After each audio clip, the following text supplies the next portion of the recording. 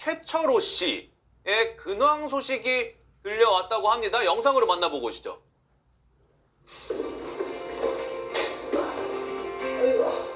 예, 여기가 제가 사는 집입니다. 네. 온 지는 1년 됐습니다. 벌써 1년 됐네. 작년 6월. 그렇습니다. 이게 집에서는 정말 잘 안 해먹어요.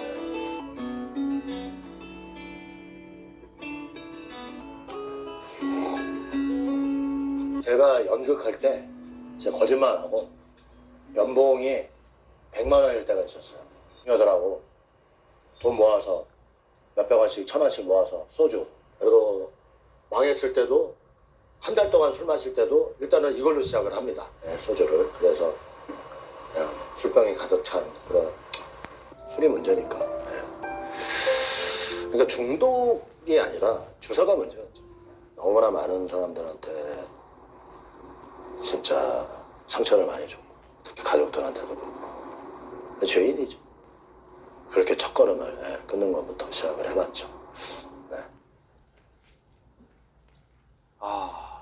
지금 저 모습을 봤을 때 제가 기억하는 그 얼굴과 상당히 많이 좀 다르다는 느낌은 받아요. 지금 무슨 일이 있었던 건지요, 안진영 기자님. 최철호 씨 하면은 선굵은 연기로 유명했습니다. 특히 시대극과 사극에 많이 출연했는데 야인 시대의 신마적 역을 기억하시는 분들 많이 있을 거예요. 그 외에도 대조영이나 불면의 이순신 등에 출연하면서 인기를 모았는데 지금 보시는 영상 속 최철호 씨는 덥수룩한 머리와 헬스카진 모습으로 근황을 전했습니다. 그 이유는 있었습니다. 여러 가지 논란을 휩싸이면서 결국 자취를 감췄는데 지난 2010년이었습니다. 후배 여성을 폭행했는데 그때 이거를 하지 않았다라고 얘기를 했었고요. 그게 결국 CCTV가 공개가 되면서 결국 그의 거짓 해명이 드러났던 거죠. 지금 보시는 저 장면은 2010년 기자회견을 열고 결국 공식 사과하는 자리인데 제가 저 현장에 있었습니다. 그 당시에 썼던 기사를 제가 오랜만에 다시 한번 찾아봤는데 어떤 변명도 용서받을 수 없다. 출연자과 가족들에 대해서 피해갈 게 두려워서 거짓말을 했었다고 얘기를 했고요. 바로 저게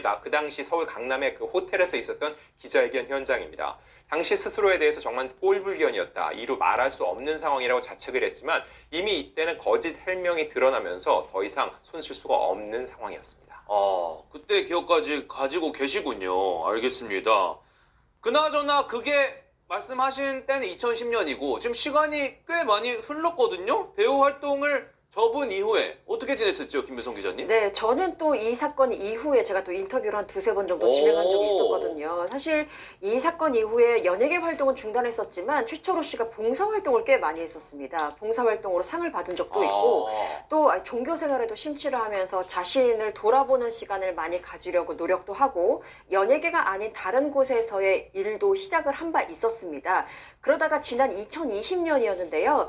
MBN 특종세상에 출연을 해서 당시에 택배 물류센터에서 일용직 노동자로 일하는 모습을 전하면서 또 큰 화제가 되기도 했었습니다.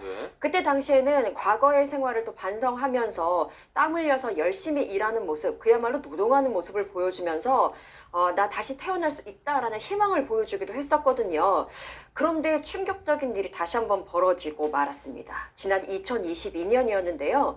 회사 대표의 집에서 음주 난동을 부려서 경찰에 체포돼 또 한 번 논란이 일었습니다. 어렵게 잡은 복귀 기회가 될 수도 있었는데 그걸 날려버리고 만 거죠. 당시 음주 난동 사건에 또 전말이 있다고 하는데요. 그래서 직접 밝히기도 했거든요. 그 내용 한번 들어보고 오시죠. 주방에서 쓰는 기계를 한 대를 팔면 수당이 꽤 많았어요. 이걸 해봐야 되겠다 해서 이제 시작을 한 거죠. 10만 원은 받았는데 나머지를 못 받았죠. 형님이 그럴 분이 아닌데. 근데 마침 전화를 안 받으셔. 계속 하는데. 좀 기다리면 오겠지. 급한 마음에 왔는데 너무 추운 거예요. 밖에서 기다리는데. 발도 시렸고 정말. 그래서 마셨죠. 술을. 도저히 안 되겠다. 올라가서 기다린 거죠. 그러니까 무슨 마치 현장을 덮친다는 생각이 미쳐있는 거죠. 올라가서 기다려야 돼. 꽂힌 거예요. 그러니까 뭐 제정신이 아닌 거예요. 제가 사고 쳤을 때가 아들이 보자 4살, 5살. 그때 딸아이는 이제 임신하는 상태였고. 그러니까 아내, 애 엄마가 애 아빠가 누구다를 못 하잖아요. 그게 가장 미안하죠. 그리고 뭐 집이 없어서 할머니 집에 얹혀 살고 많은 기사들, 아빠의 기사들 그런 것들 상처, 뭐 다 상처죠. 가장 미안하죠. 김현주 평론가님, 이렇게 우리가 또 얘기를 가만히 듣고 보면 참 인생 굴곡지다 이런 생각 듭니다.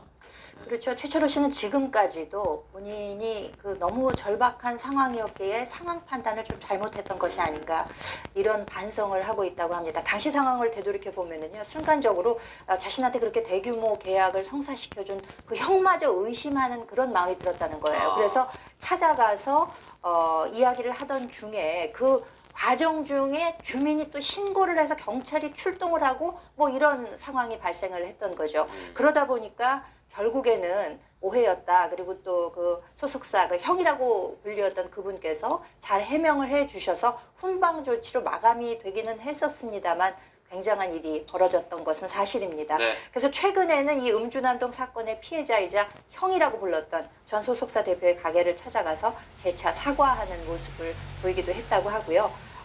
다 제 잘못이다 이렇게 하면서 여전히 고개를 숙이고 반성하는 모습을 보이고 있습니다. 그래서 아직까지도 정말 처절한 태도로 반성을 하고 있는 것은 사실이고요. 하지만 이유 여하를 막론하고 그것은 뭐 범법 행위였다, 죄송하다, 또 불미스러운 일을 이렇게 일으키게 돼서 입이 10개라도 할 말이 없다라고 성찰하는 모습을 보여주고 있고요. 그렇지만 이제 술 끊은 지 2년 됐다. 이거는 목소리를 높여서 분명히 얘기를 했습니다.